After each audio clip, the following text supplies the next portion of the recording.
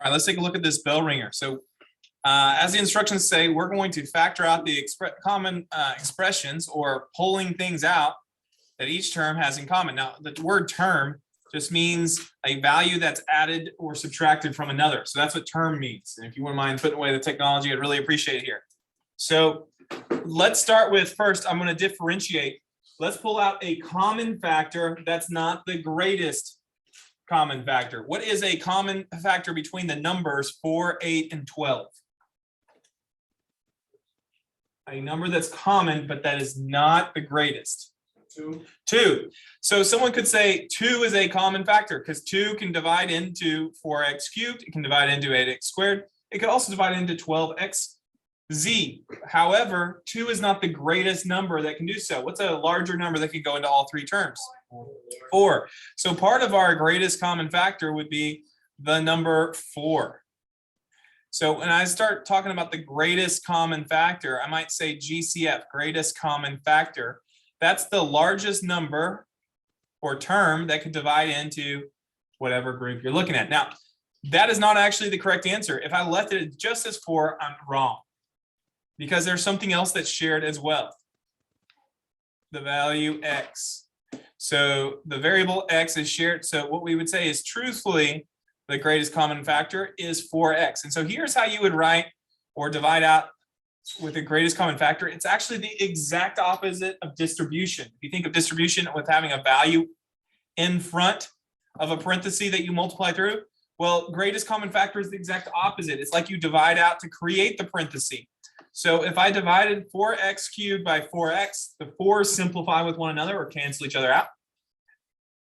X cubed is the same thing as x times x times x. So I have x times x times x, but I'm dividing by 1x. So if you have 3 new x's multiplying here, but you're dividing out one of them, how many left over? 2. So you should have an x squared in that first location. You won't change the operator, the addition symbol there. Okay, now let's go to the second term. What is 8x squared divided by 4x? I hear 2x. I agree with 2x. And finally over here, 12 divided by 4 is 3. X divided by x simplifies. It's just 1. And it's not 31. So don't write 31. It's technically 3 times 1, which is still 3. But then I have the z. Now, a lot of my students in years past say my z's look like 2's. So that you don't think that's a 32, I'll add a little line there. That way you know it's 3z. This is our solution to number 1.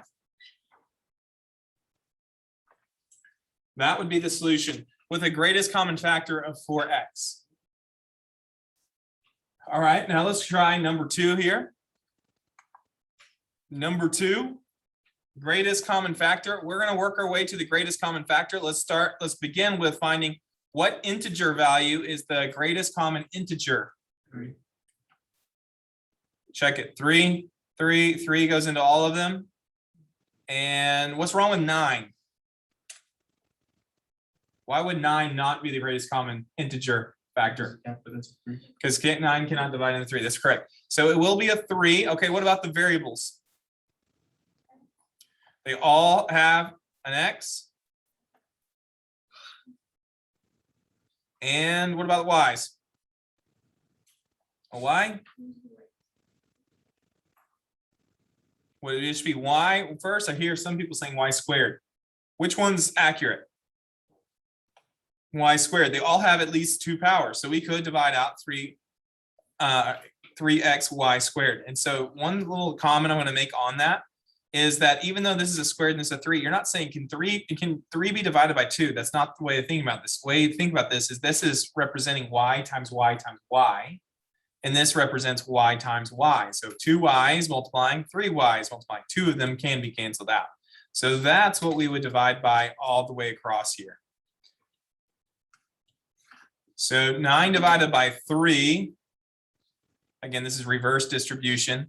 So it should look like a distribution when we're finished. 9 divided by 3 is 3. X squared divided by x. X to the first. And y cubed divided by y squared. Okay. Now we have the operator or the addition symbol. 3 divided by 3 simplifies, or some people call it cancels out. X divided by x simplifies. Y divided by, or excuse me, y squared divided by y squared also cancels out. If everything cancels out, do I put a 0? No, because we know 3 divided by 3 is not 0. 3 divided by 3 would be 1. If it were 10 divided by 10, it'd be 1. Well, 3xy squared divided by 3xy squared then is going to be just 1. Okay, then we have another operator. What's 27 divided by 3? 9. X divided by x simplifies. Y 4 divided by y squared. Y squared. There we go. This would be your solution to number 2. Now, in case we get to the end, I forget to tell you this because this is the beginning of school. I want to make sure you'll know where you'll end up turning in all this as we go, as we complete the lesson. This lesson at the very top of it, you'll notice on your packet, it says 1-0 factoring polynomials. Where you would turn that in is you would go to chapter 1. That's what the 1 refers to. And this would be lesson 0. This is a review lesson from algebra 2, which means you would be turning it in this box right here. And 1-0. Down near the bottom, under lesson exam, 1-0, that's where the BR stand for bell ringers. That is the bell ringer. We've done that portion. Now we'll get going on the lesson and complete the DOLs. If you can see that there, you have completed task 1 by showing up. Everybody before advisory completed task number 2, which was attendance. Now we're going to work on number 3, completing this exam. We've done the bell ringers. Now let's get going to the DOLs. Here we go. Just have another copy. Why not? All right, today what I'm going to focus on is factoring a trinomial for most of the class. I call this X method factoring. It's factoring a trinomial. What's the word tri? When you hear tri, what do you think of? 3. So I'm talking about 3 terms here. How do we factor something with 3 terms? You will see me throughout the year refer to it as ax squared plus bx plus c, where a, b, and c are all integers, meaning whole numbers. Numbers like 5, 3, 2, 7, 14, 16, any 3 numbers. So a, b, and c will be replaced by numbers. The x is the variable that remains, okay? We are going to take equations like this throughout most of the class and turn it into linear products or linear factors. You could also exchange this word with factors. Now, what does products mean? The answer? The answer of what? Of multiplication. Specifically, factors mean something is multiplying. Products mean something is multiplying, and you're dealing with the answer. The answer is in multiplication form. Factors just means you're either multiplying or dividing. So you could use this word to summarize the multiplication aspect. So how do we do this? I do a 4-step method. So here are your steps, crystal clear for you on your packet. It says, number 1, we need to look for the greatest common factor first. This is essential to factoring. If you do not take out the greatest common factor, oftentimes we'll come up with a solution. It will not be the correct solution. So you want to go in order, and the greatest common factor is what you do first. Secondly, we'll do that X method that I'm about to explain to you. We'll split the A terms power third, and then we'll simplify with the bottoms up technique. So there's the words. What in the world do those words mean? Well, let's look at some examples so I can show you. So first step for any problem is we will look for a GCF. Okay, and so after we do that, we'll get into the X method. So what is the X method? The X method is you'll have an X, and you should have this on your notes so you can kind of fill in. So later on, you can come back and look at it. And up at the top of the X, I'm going to write out whatever the product of A times C is. Whatever my A times C is, the product of A times C will go up from the top of my square. At the bottom of the square, I will put the coefficient B. Now remember, B is going to be a number. A, B, and C are all numbers. These are supposed to be squigglies. They're not anything in particular. These are all numbers. A, B, and C are numbers. So what you should have in this X is the product of 2 values, A times C, and then here, just the number B. What we will look for are 2 different numbers, M and N, such that A times C will equal the product of M times N. So they will multiply. M and N will multiply to be A times C, and yet they will add. So they will multiply. I'll put an X there. And over here, they will add together to be the value of B. Now, I'm putting a add. It could be subtract if one of them is negative. But that's the idea. And so that's what this slide is showing you here. But again, there's no numbers here. So for some students, it's harder to grasp. But this is just a guide so that at the end of class, hopefully, if you look back, this will make perfect sense to you. So there's your guide. So now let's try some problems. So here's a trinomial, 3x squared plus 27x plus 60. What we're going to do is we are going to factor it into, here's another word, linear combination. They could have said a linear product or a linear factor. So what was step one without flipping backwards? Who can remember? Figure out the greatest common factor. And I'm just going to say GCF. I'm not going to say look for the GCF. I'm just going to say GCF. All right. So does this trinomial have a GCF? 3. Now I'm going to say NA if it doesn't have one, or we can write none. But this one does. What's common all the way across? 3. Okay. So if we divide out of 3, let's see what we're left with. 3x squared divided by 3 would be x squared. 27x divided by 3 would be 9x. And then finally, 60 divided by 3 is 20. Am I writing large enough for you to see? Okay. And again, there's not that many benefits to COVID, but one is that I'm now on Zoom. So if it's too small for you, just open up your laptop and open up the Zoom and mute it. And that will work great for you too, just to have one on right on their desk. So there's our GCF. Now here's what I want you to know. We're going to treat this as the trinomial. This is the trinomial now, which means A is not going to be 3. My A value is going to be technically 1. A will equal 1. B is now 9. And C is 20. Okay, step 2. I said step 2. How about just step 2? Does anybody remember what step 2 was about flipping backwards? Very good, Bella. X method. Okay, so show of hands. How many use X method with your Algebra 2 teacher?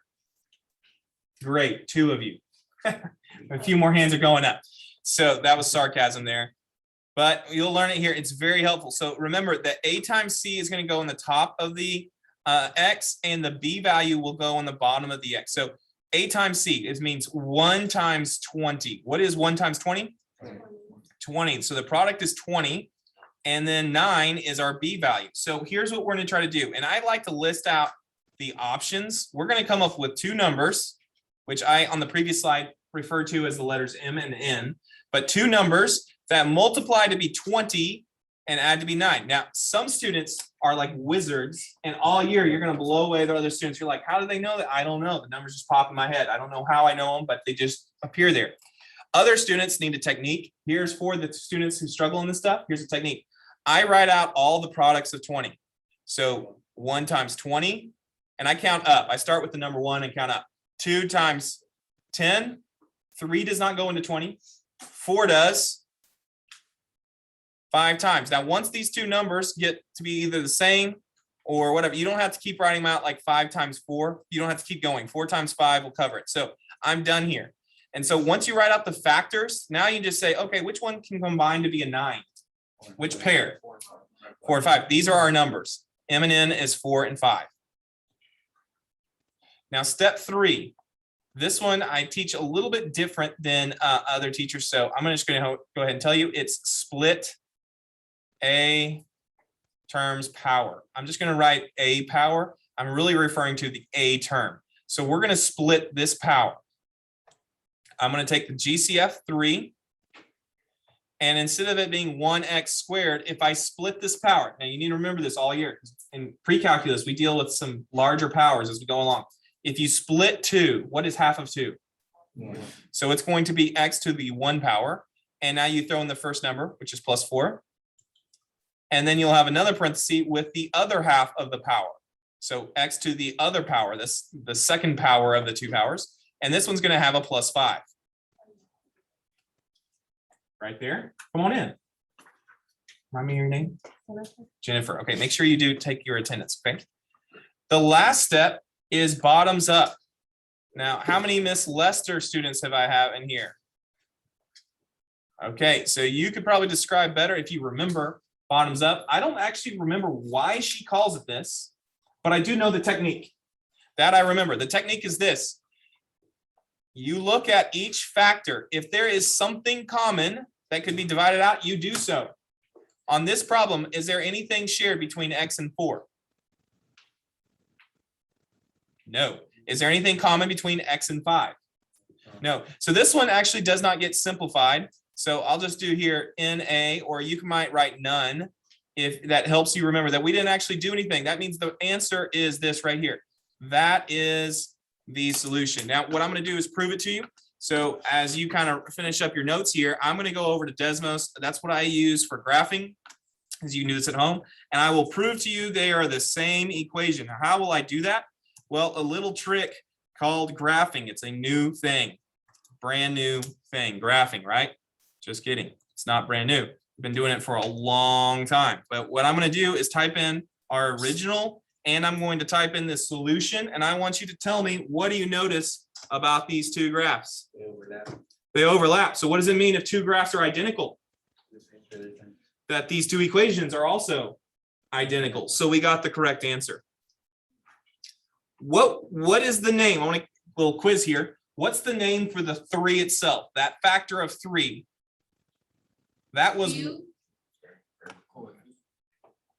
our, GCF. Oh, GCF. which stood for greatest common factor. Now I'm going to ask questions all year. No worries if you get something wrong. Doesn't matter. Okay. So, and a lot of times I ask questions, and I'm a what's it called when you talk and you kind of process what you're saying as you talk. So sometimes I'm going verbal processor. Sometimes I'm going to ask a question, and as I say it, I realize that makes 0 sense. So you might respond to how I said it, and I'm going, that's not at all what I meant to say. Let me try again. Okay, so don't be afraid to answer and maybe like, oh, that's not what I meant, because you still might be right. So the answer here that I was looking for is the number 3 was our greatest common factor. What would you call these two factors? Let me go over here and show you on the board. These would be called, wow, you just can't see this. This is my first year in this room with students in the class. These would be called linear factors. Why they call x plus 4 and x plus 5 linear factors is because the equation y equals x looks like what? Y equals x looks like a line. And so the plus 4 would just shift up. Sorry. There we go. The x plus 4 would just be a line that shifted up 4 units. They would call x plus 5 a linear factor. Why? Because if you graph just the x plus 5, what's it going to look like? A line. Now, you might say, well, y equals 3 looks like a line. Well, if it's flat in mathematics, and I'm about to show you all 3, we call that a constant function, not a linear function. A linear function will have a slope. If it's a constant function, that means the slope is 0, and we don't consider that a linear. So just to put this into perspective, the 3 would be called the greatest common factor. The x plus 4 and x plus 5 would be linear factors, because here's what their pictures look like. Y equals 3 is a flat line at 3. That's called a constant function. Y equals x plus 4 is a linear function. Like I said, a function that's just been shifted up 4 units, and then y equals 5, very similar, just 1 unit higher, linear function through there. So there's the vocabulary put to images. Hopefully that helps you understand why are we calling these linear factors? Well, because that's what they would look like if you graphed each factor individually. With that, let's try another problem. Who remembers step 1? All right, I'm just going to say number 1. We'll make it easier. Number 1, greatest common factor. Do we have a GCF here? So 2 does go into 4 and negative 12. That's true. Does it go into 1? No. So I'm going to do NA. You could write none. NA stands for not available. There is none. Number 2, What was our number 2 step? The X. The X method, that's right. Okay, if you remember, it's going to have the factors A times C up top and the value of B down below. 1 is our A, B is our 4, and C is our -12. Now hear me say that again. When I say A, I'm not saying 1x squared. That would be the A term. A itself is only the coefficient 1. B is just that coefficient of 4. C, take this, is -12, not +12. C is -12. So in this case, what is 1 times -12? -12. Very good. And then our B value is simply 4. Okay, so now let's find these two values, M and N. And again, my shortcut is I write out the factors and I ignore the negatives. I just deal with positive factors. So I'm just going to think of through the factors of 12. We have 1 and 12, 2 and 6, 3 and 4, and I'm out. The numbers have come next to each other, so I'm out. There's not going to be any more. They're just going to duplicate over. So now I know they got to multiply to be -12 and somehow add to be 4. Which combinations could add or subtract to give me 4? Okay, I'm hearing 6 and 2, but I also heard you include a negative. So these 6 and 2 is going to be our combination that gets us 4. How do I make it a 4? 6 minus 2? Okay, so I'm going to write it out that in order over here. 6 minus 2 would be 4. 6 times -2 would be -12. We got our numbers. Step 3. Split. And again, I'm writing it out shorthand, but it would be the A terms power. If you remember, the A itself is 1. I'm not splitting 1. I'm splitting. It is 9:30. Please stop, drop, and submit your enrollment count. Thank you. All right, I'll do that in a second when we get to our first DOL here. I'm going to split this power, which means the first power was a squared. If you split a square, what do you get? Just 1x. Okay, so I'm going to have a 1x in each parenthesis. A 1x and a 1x. My two side numbers are 6 and 12. 6 is positive, so I'll do +6. And I have a -2. Let me get that parenthesis closer. Now that's step 3. Who remembers number 4? The bottoms up. Bottoms up. Now what you do is you look for basically a GCF that can divide out in each individual factor. Is there anything common between x and 6? Nope. What about x and -2? Nope. So that is our solution. I will do an NA here. And I will show you one a little bit where we do have a bottoms up. You will see that today. But I'm just kind of building on what we have so far. I think I have, you need to be following my own here, one more before I actually give you a DOL. So let's knock that out. Example 3 here.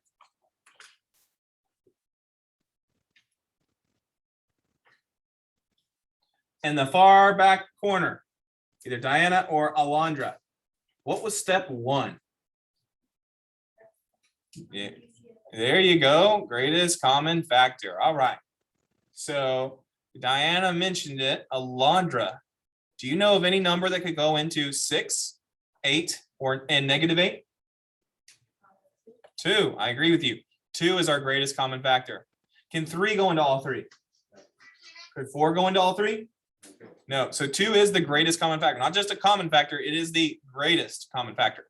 So if I divide out that 2 or pull out that 2 like the bell ringer said in quotes, what are we left with? Well, what is 6 divided by 2? 3. So I have 3x squared. What is 8 divided by 2? And then -8 divided by 2. -4. Very good. This becomes our new A, B, and C. A is 3, B will be 4, C will be -4. Middle table. Joshua or Jose? What's step 2? Good morning, Skyline teachers. It is now time. All right, Joshua, Jose. Step 2. X method. X method. Okay, so Jose, what numerical value will go on the top of this x? I agree. 3 times -4. What do we get, class? -12. Good. Okay. And our b value, someone else just call it out. 4. Okay. I'm going to find the two values. Again, I use the letters M and N. You can use whatever you want, but that's what I've had on my notes, so I'm just going to use. I write out the factors of positive 12. I don't worry about the negative until the last step. So I have 1 times 12, 2 times 6, 3 times 4, just like the previous problem.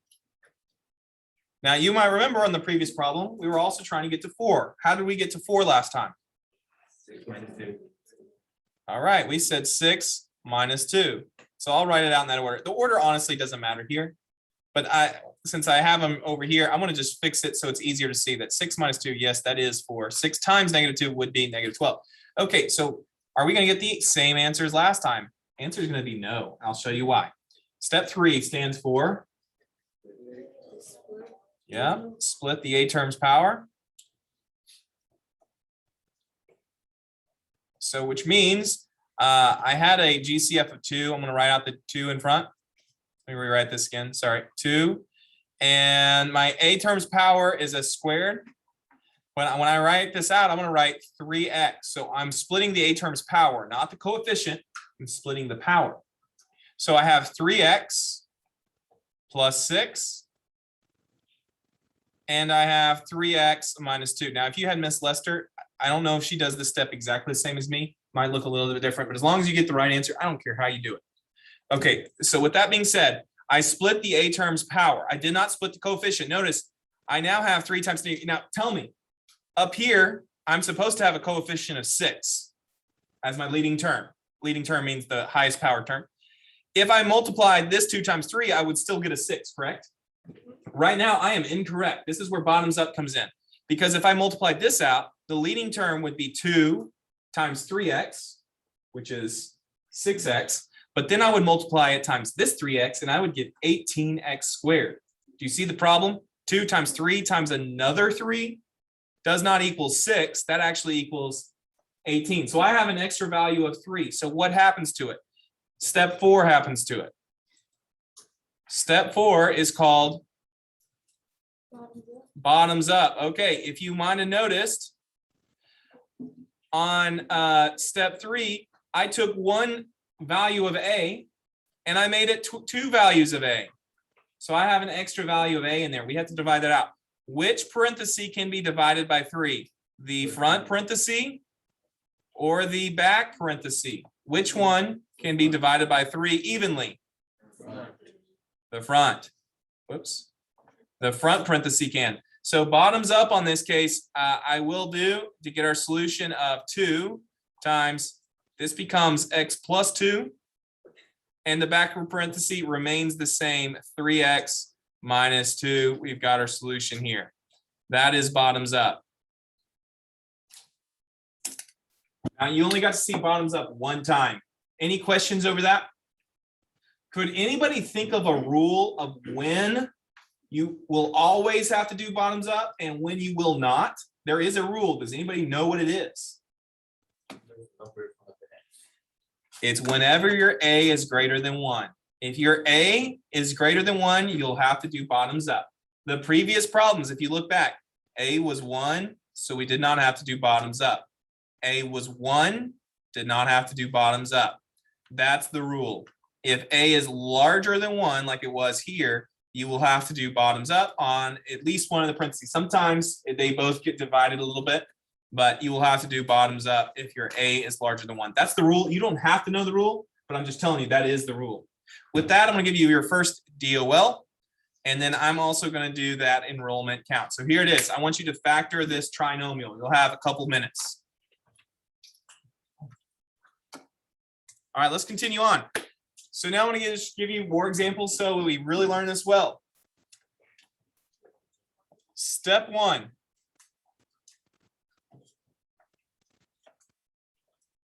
Table in the front right, Jay, Bella, or Jemiah. What was step 1? Jamia. Greatest common factor. Good. Do y'all have one, or do you see one in this problem? No, no GCF, so this is not available. So I'll continue on. That means I'm going to go ahead and label, now that I know there's not a greatest common factor, that in this problem, A will be 2, B will be -5, C will be -7. Notice that the symbols go with them. If you're wondering, why did I not say plus the numbers when they had addition earlier? Well, when you just say a number, you assume it to be positive unless you say the negative. So A is, I'm just saying 2. I could say A is +2, B is -5, C is -7. All right. With that, let's go on to the next step. Step number 2, front table. What was step number 2? X method, you got it. So for this particular problem, what numerical value would go in the top of the X? -14. And how did you get that, Jay? 2 times -7, A times C. Great. What value would go at the bottom of our X? A -5. So that comes from the value B. All right, so here we haven't done this one yet.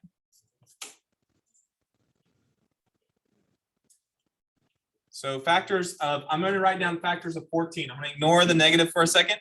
So I'll have 1 and 14, 2 and 7, 3 does not go into 14, 4 does not go into 14, 5 doesn't, 6 does, 7 does, but that's with 2 and it's already there. So it looks like that's my list right there. Which one could give me a -5? Yeah, I hear 2 and 7. Sydney, what combination of 2 and 7 give me -5? That's right. 2 minus 7. 2 minus 7 would be a -5. 2 minus 7 is -5. 2 times -7 is -14. Perfect. So I go on to step 3.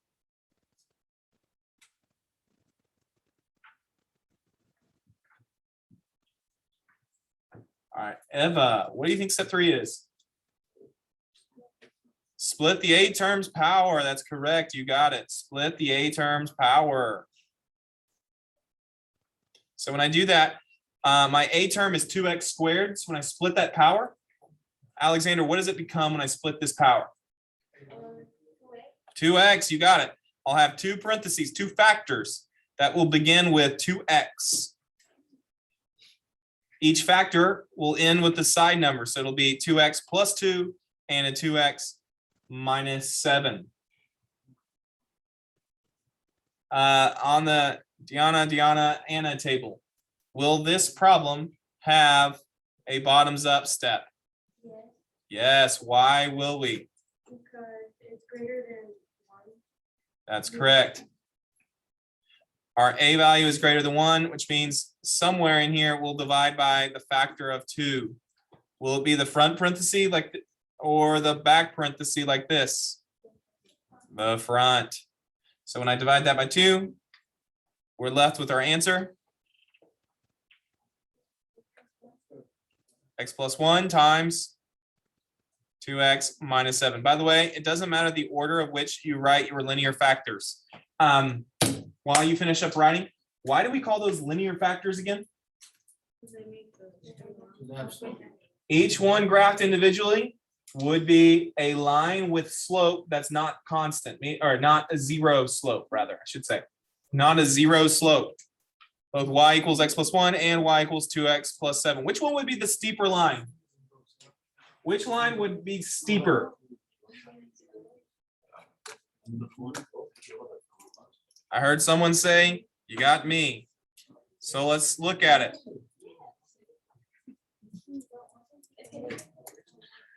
Which line is steeper, red or blue? Blue. The greater the value, the absolute value of the A term, the greater the steepness. The smaller the absolute value of the A term, the less steep it becomes. All right. One more, I think, and then it'll be your turn for DOL number 2. Let's go quick through this. Step 1. Call it out as a class. What's step 1? GCF. 15, 7, and -2. None? Okay. Step 2, X method. X method.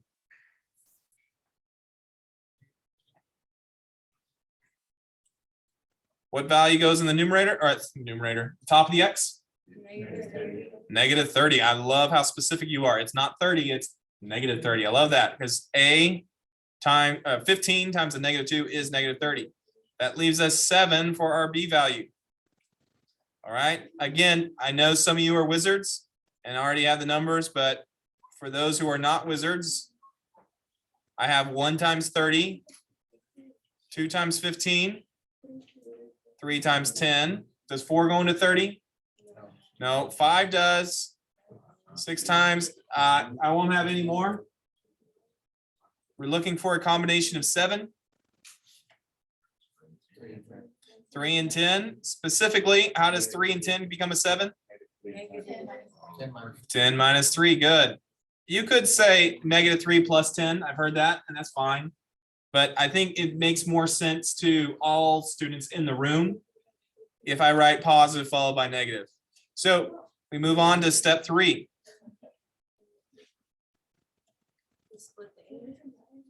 Split the A power. So real quick, if your conversation is about the math, I'm okay with it.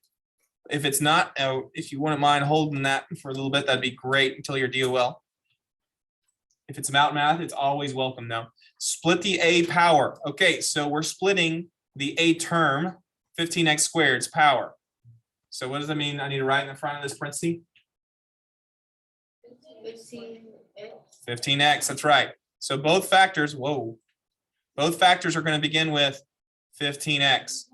We know they're not both going to end that way because A is greater than 1. So here I have a plus 10. Here I have a minus 3. Now this problem's cool. What do I mean by cool? Well, a math teacher's cool is usually different than your cool. But why do I say it's cool? What we've seen so far is that if A is greater than 1, we've divided by that value of A. It doesn't have to be that way. Really what I have is an extra factor of 15. I need to divide out an extra factor of 15 to get to the correct coefficient. But as I look, I can't divide the front parenthesis by 15. I can't divide the back parenthesis by 15 either. I want to remind our teachers. Okay, so let's see what happens. Let's see what Mr. Voorhees' cool looks like. In the front factor, this linear factor, what could be reduced? What is common between 15x and 10? 5. Okay, so 5 could divide into the front linear factor. What about this back linear factor? What's common? 3. Now, here's how this works. What is 3 times 5? 15. So I am dividing out factors of 15. It just doesn't look like a 15. It looks like a 5 and a 3. But we mathematically get this true solution. 15 divided by 5 is 3x. 15x divided by 5, I should say, is 3x. 10 divided by 5 is 2. And then the back linear factor, 15x divided by 3 is 5x. And -3 divided by 3 is -1. There's our solution. While I give you a moment to write it, stay with me here, please. Stay with me. I'm going to prove it to you.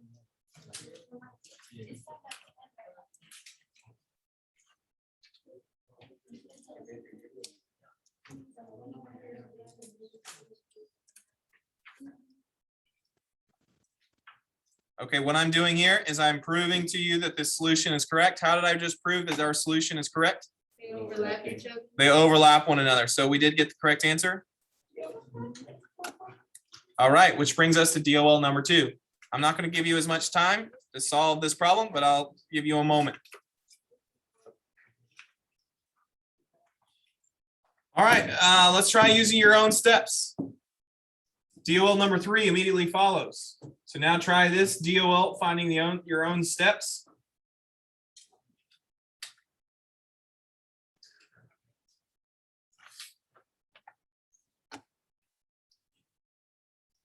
All right, so to date, everything I've shown you thus far after the bell ringer has been a trinomial, or maybe even the bell ringer might have been a trinomial. I don't remember exactly, but everything I think you've seen is a trinomial.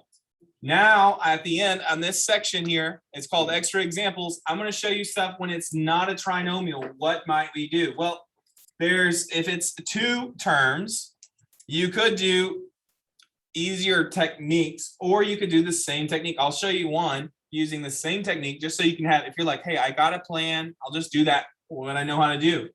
If you want to do that, what you need to look at is which term are you missing? Are you missing the A term, the B term, or the C term? And you determine that looking at the value or the power of X. What am I missing here? A, B, or C? I'm missing B. Now, Sydney, I heard your voice is really authoritative. How'd you know it was B?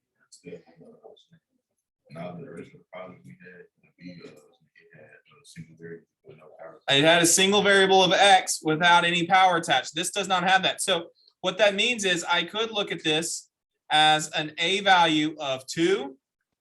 Let me write it up here where I was. A of 2. I don't have any 0x. I have 0 x's here. So my B is a 0 and my C is a negative 32. Now, if you wrote it that way, you could solve the problem. Now, I'm going to go through a little bit faster because some of you might want to see a second method that's a little bit quicker if you're missing a B, and I'll show you that in a moment. But I'll go through normal. So here we go. GCF first. On this one, what is common between 2 and negative 32? 2. So I could factor out the 2. And so we would have 2 times x squared minus 16, which now means these values have changed. Now my A is 1, B is still 0, and C is negative 16. So I go on to step number 2, which is X method. And on X method, we would have our A times C here, which is negative 16. And now we need to include the B value. Now, what do we say B is if it's not there at all? 0. So you're looking for factors of negative 16 that add up to 0. So what would those be? Well, you haven't seen this before. That's why I call it an extra example or a trick problem. So the factors of 16, positive 16, would be 1 and 16, 2 and 8. 3 does not go into 16, but 4 does 4 times. Which two numbers could combine to somehow give us 0? 4 and 4. Now, how do I make 4 and 4 become a 0? How about 4 minus 4?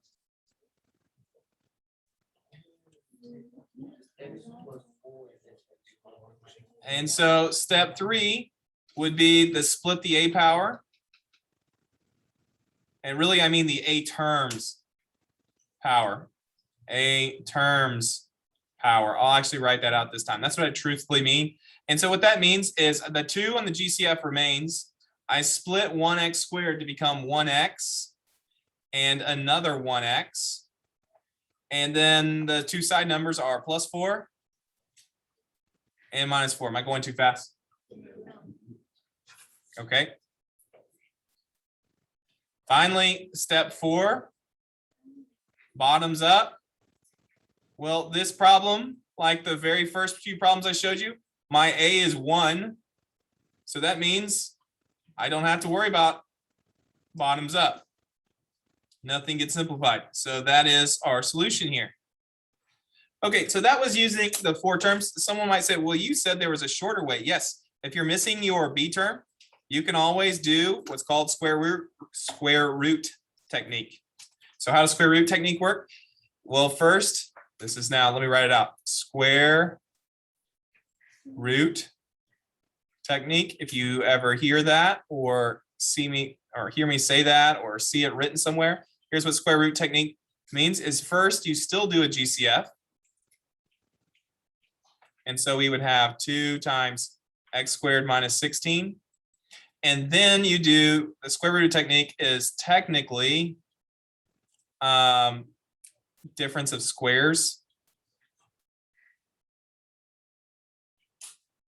That is an ugly F right there. I'm sorry.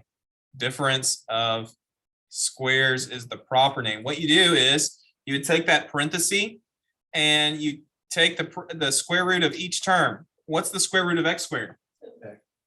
Try again. Square root of x squared is x. So it'd go x and x. And what's the square root of 16?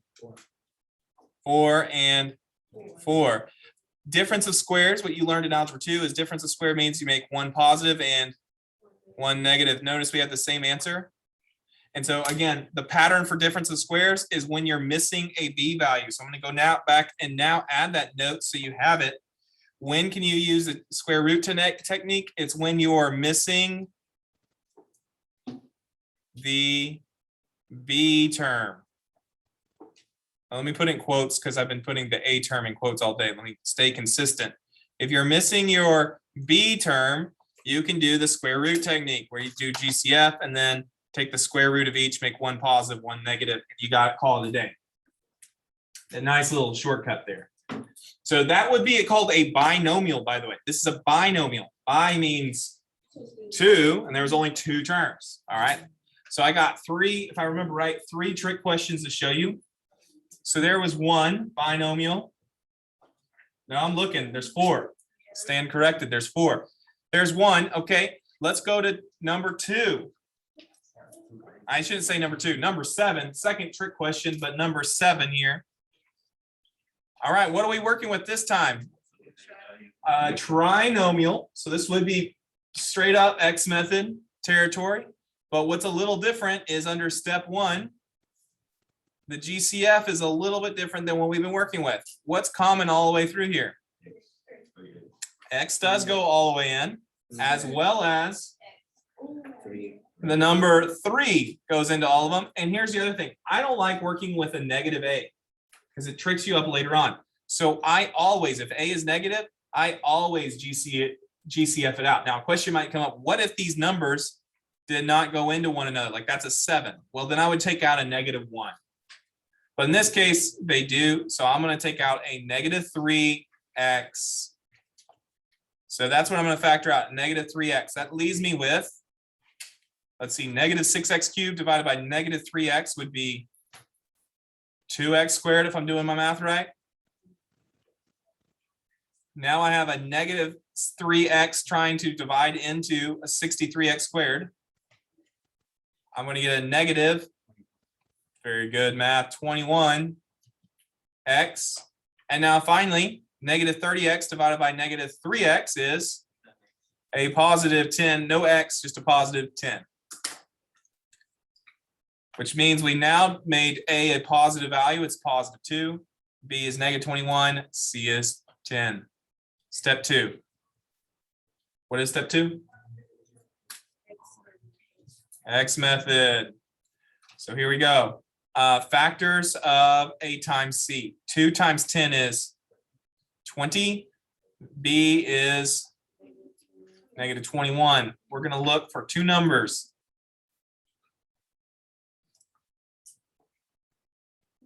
I'm going to use the variables m and n. They're going to multiply to be 20, add to be negative 21. So here are your options. 1 and 20, 2 and 10, 3 does not go into 20, 4 does, 5 times we're out because the numbers are, you can stop anytime the numbers become the same or 1 apart. Which of these combos could somehow give me a negative 21? Yeah, the top. Now, how does 1 and 20 become a negative 21? Both negative. Very good. Negative 1 minus 20 more is negative 21. Step 3. What do we call step 3? Yep. Split A's terms power. So my A term was 2x squared. Don't forget the GCF here. So 2x squared being split becomes 2x and 2x. My 2x value or the m and n values go in the parentheses, -1 and -20. Step 4. Will I have a bottoms up step this time? Oops, I forgot to write the 4. Number 4. Bottoms up. Will we have to do bottoms up or can we skip it on this problem? We have to do it because a is greater than 1. Okay, so in the first 2x minus 1, anything common? What about this second factor? 2x minus 20. 2. And that makes sense because A was 2, but I wrote it twice. So that'll get rid of the second coefficient of 2. So now that means this problem is different. We have 3 linear factors. I have negative 3x, I have 2x minus 1, and I have x minus 10. Bonus points for who can remember from earlier. Which of these 3 linear factors has the steepest slope? The x, the 2 squared, I mean 2x. It's actually the negative 3x because you look at the absolute value when you talk steepness, it doesn't matter if it's steep going up as you move right or going down bottom right. The negative 3 would be the steepest slope. Which one would be the least steep? X minus 10 factor. That would be the least steep. That means this one is obviously in the middle. 3 linear factors make up this problem.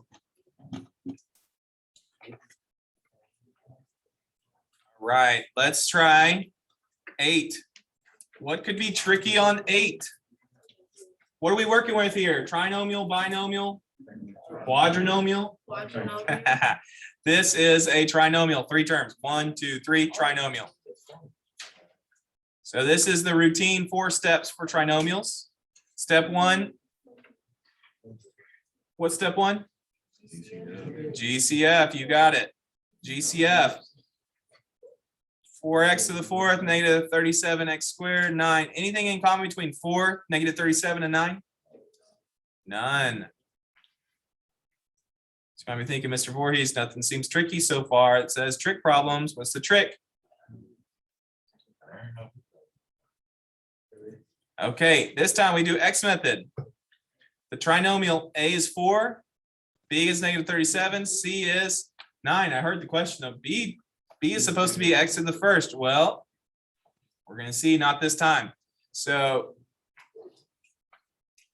4 times 9 is 36. B is negative 37.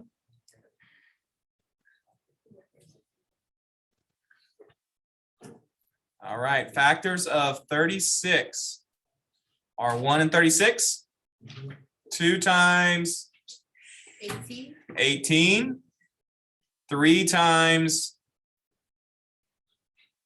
12, 4 times 9, 5 times nothing, 6 times 6. Okay, we can stop. How can I get a combo of negative 37? Okay, how does 1 and 36 become a negative 37? And we can check it. Does a negative times a negative give me a positive? Yeah, that's it. Negative 1, negative 36. Step 3. Now be very specific. What does step 3 say? Split A terms power. Okay, now you haven't seen this yet. This is where the trick comes in. We're splitting the power of 4. If you're going to split the power of 4, what is half of 4? 2. So this actually becomes 4x squared minus 1. And the second factor becomes 4x squared minus 36. You got it. All right, step number 4.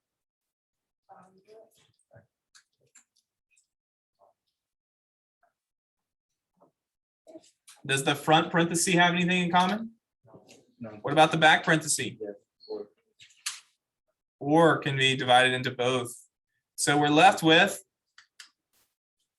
4x squared minus 1 and x squared minus 9. If I box this up, I would have followed all the steps from earlier, but would I have linear factors? Oh, you still have the x. Yeah, I still got the square. What would we call it if they're squared? They're not linear. What do you call something squared? Starts with a Q, rhymes with quadratics. Quadratic. Quadratics. We have quadratic factors. So this actually is not the same. What I would encourage you to do is to write down these are quadratic factors. And so if you wanted to get it to linear factors, you'd have to factor these again. Luckily, I've already shown you a shortcut. Which value are you missing in the front factor? A, B, or C? B. What was the shortcut if you're missing a B? Square root technique. Square root technique. All right, let's factor the front parenthesis. or the front factor, I should say. What is the square root of 4x squared? 2x and 2x. What's the square root of 1? 1. You make one positive, you make one negative. There's the front factor. That is 4x squared. Let me make this easier. And on your pen, if you take your pencil and right click on your paper and then hit copy and then right click, hit paste, it'll do the same thing I just did on my board. Just kidding. Bad joke. Okay, so there's the front factor here. The front quadratic factor becomes linear right there. Okay, what about at the back end? We're missing a b again, so I can do the square root. What's the square root of x squared?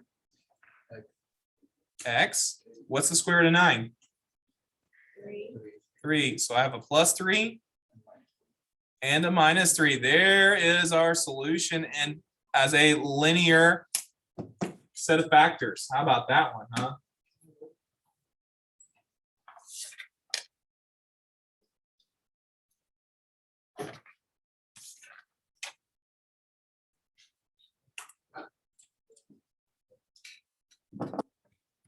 And last one I'm going to show you. Before I move on to, I don't want to move too fast. I'm sure someone's got a question on this. What was the name of that? What did I call that earlier? Square root technique. If you wanted to give yourself a note, we should say, see example. What example did we do this on earlier? 6. See example 6. If you want to know what we just did there.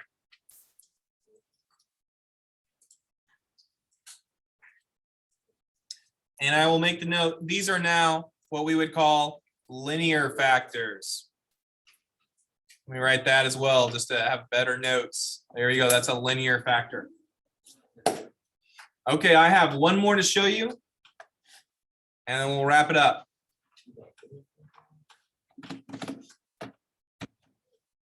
What's different this time? 4 terms. 4-term factoring. 4-term factoring, I'll write it out. 4-term factoring.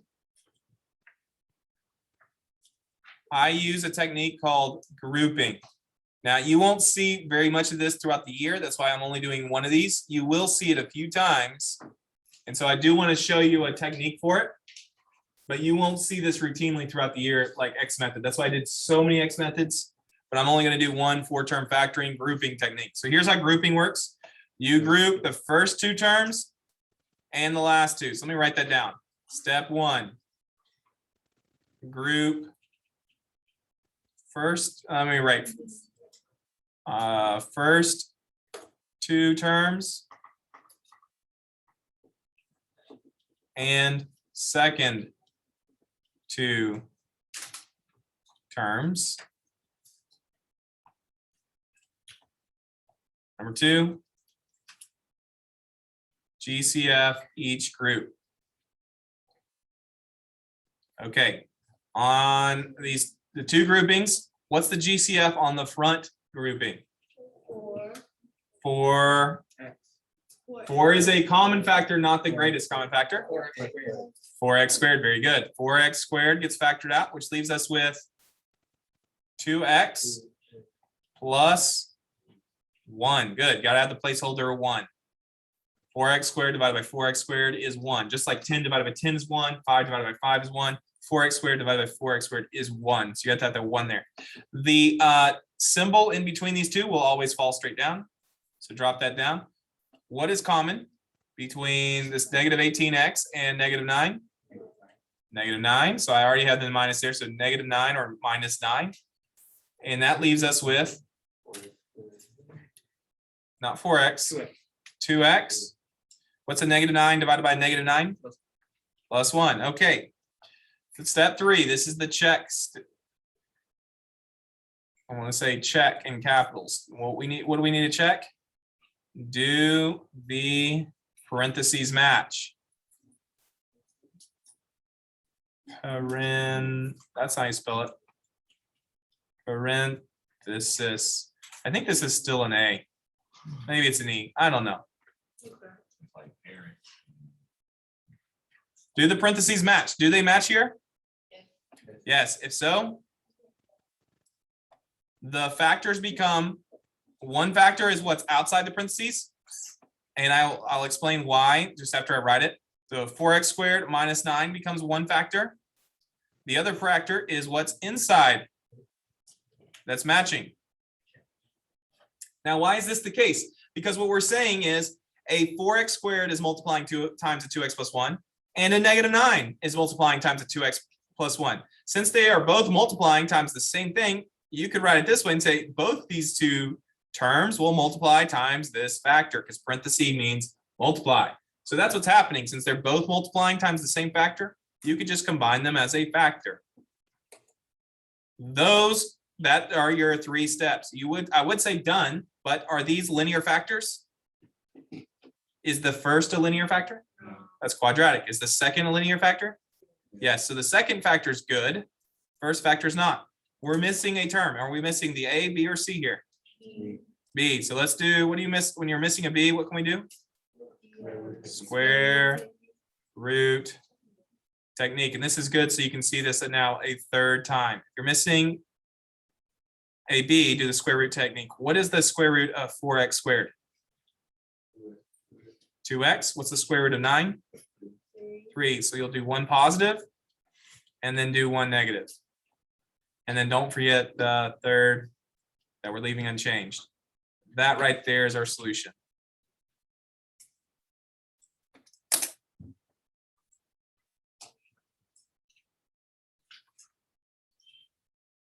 All right, you have 8 minutes to complete these next 3 here.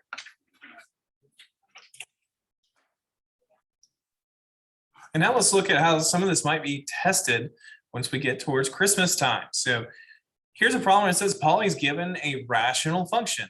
F of x equals all of this equation.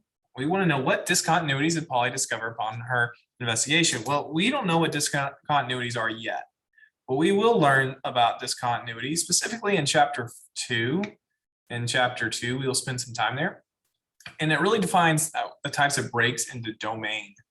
And there's infinite breaks, there's removable breaks, and I'm about to go through this. Okay, so the concept would be we would need to factor. As I'm looking at this, the numerator is already factored as a linear factor. It's x plus 3, but the denominator is not. It says x squared plus x minus 6. So what I could do here is if I did x, well, I'd first look for a GCF. I don't have anything in common. And I'm going to label that my a is 1x squared, my b is 1, my c is negative 6. So whenever I go to do X method, this is now step number 2. So step 1, say number 1 here. Number 1, no GCF, or GCF is not available. So now I go on to number 2. That's what I'm going to do here, X method. And so I'm looking at 1 times negative 6, which is negative 6. My b value is also 1. That's the b. Now let's find our 2 side numbers, m and n, such that they multiply to be negative 6, but add to be 1.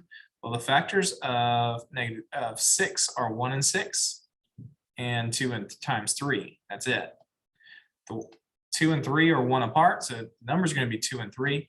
To make it to be a 1, it needs to be 3 minus a 2. So 3 minus 2. So now I go on to step number 3. All right, over here, step 3 is this is where we split the a terms power. So I'll go ahead and write it out all the way here. Split the a terms power. So my a term was 1x squared.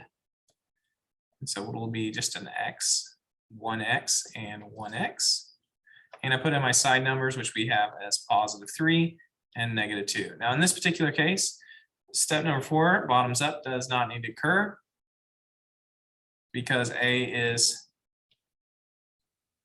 equal to 1. So you don't have to do bottoms up. So that means that right there is our factored form. So I could rewrite f of x up here. I could say this is equal to x plus 3 divided by x plus 3 times x minus 2 plus 4. Now that f of x is the same thing as this equation here, but in factored form, we can notice that I have two identical factors that could cancel each other out. What you'll learn in chapter 2 is that if they cancel out, they are removed, or a removable discontinuity. Now, to build off of something you already know, you're never allowed to divide by 0. So the problem doesn't actually occur when x is 3, even though it says x plus 3. The problem would occur, and you'd be dividing by 0. That's, we have division here, if x would equal -3. So the problem would be if x equaled -3, because -3 plus 3 would equal 0. And so that's why it says removable discontinuity at -3. That's the value we want. And this doesn't even have it, so this was out. So the answer would have to be A. And the infinite discontinuity is a piece that's dividing, or they could potentially be dividing by 0. And this would occur when x equaled +2.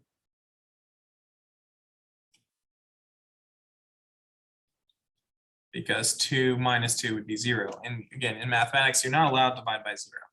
I need to put a 1 up there since I simplified. So that would be the answer there, it's A. And finally, now let's look at number 2, or the second problem, domain. And we'll talk about domain here on the next lesson, lesson 1.1 and lesson 1.2 for that matter. But this is the same concept. What is the domain here? What we need to do is we need to factor. And so this one has a GCF. And so this will be a lot easier to factor. I don't have to do X method because I have GCF. What's common or shared is the X. So if I factor that out, I'd be left with this. And as I mentioned before in the previous problem, these could simplify, and you would call that a removable discontinuity. Which means we'd have a break in the domain. And since x is by itself, it'd be at 0. You'd have a break there and the domain at 0. And here we'd have an infinite discontinuity, because that remains forever. And we'll see this on chapter 2. And that's when x equals -3. And if you're like, wait, why -3? Because -3 plus 3 would be 0. And in math, you're never allowed to divide by 0. I would need to replace a 1 up there. So that would occur at -3. That means I have breaks in domain at 0 and -3. That's the problem. That's the part where the graph would not exist. And so I'd be looking for 0, -3. Since it cannot exist at those points, you would not use brackets. These do not include the zeros. And so the correct answer here would be D.